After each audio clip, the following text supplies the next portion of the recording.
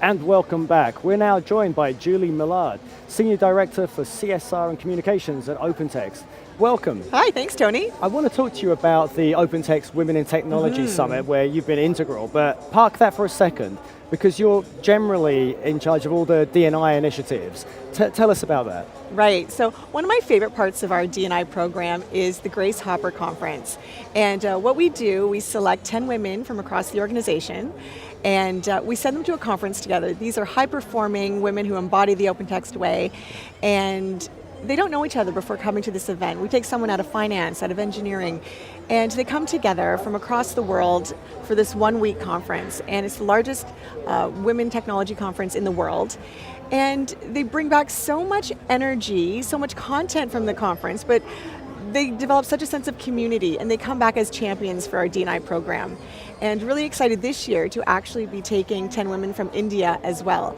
We'll be going to the Grace Hopper event in India, so we'll be taking 20 women It's into really this interesting, program. and I know you've spoken to me in the past about the openness the company had about taking a good hard look at how well you guys are doing, which kind of also ties into the OpenText view of data and really being honest about what's working. Right. Is that kind of part of the culture?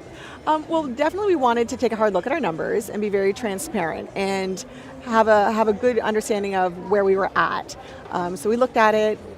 We're right in line with other tech companies around the world, 70% male, 30% female, but it's not good enough. We're not happy with that. Mark Barenshea talks a lot about the human race ratio at 50-50. And that's what we're going for. Yeah. Diversity equals innovation, and we need all the voices at the table to get us to where we want to go. I was going to say, generally, trends around D&I, diversity and inclusion, what are we seeing out there? You mentioned it's good for business, right? It's not just the right thing, it's good for innovation. Right. What else? Well, I mean, imagine you're building tools and only a certain segment of the population is building a tool that is for everybody. It's not going to be good enough. It has to have representation. The input has to come from all visible minorities around the globe, just to be able to produce better products for our customers who represent the wide variety of people out there. So it's better for business, it's better for the culture, and better for innovation. Okay, great stuff. And in terms of the OpenText Women in Technology Summit, tell us a bit about what's gone into that.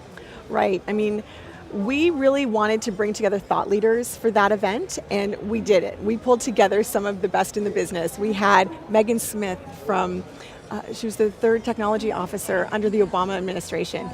Jody Kovitz, who is moving the dial for women in tech here in Canada, and Arlene Dickinson, and Stephanie Lampkin, just an incredible lineup of speakers. And we really wanted to have a full day to create enough impact for the attendees. We wanted them to each leave inspired with either an idea, a connection to one of the speakers, to feel like they had a stronger voice to take back to their own workplaces to start moving their own dial and making change. And this feels like a really positive movement now across a number of companies, and it's just out there, right, and it's happening. It's part of just doing business now. Yeah. I think everyone's more aware of it, and I'm really excited and proud that OpenText is dedicating resources to it. We're building it into the culture. It's not just a program on the side of someone's desk. It's part of our culture and part of moving forward that way. Julie, it's been great, really interesting speaking to you. Hope to speak to you again soon. Wonderful, thank you, Tony. Thanks.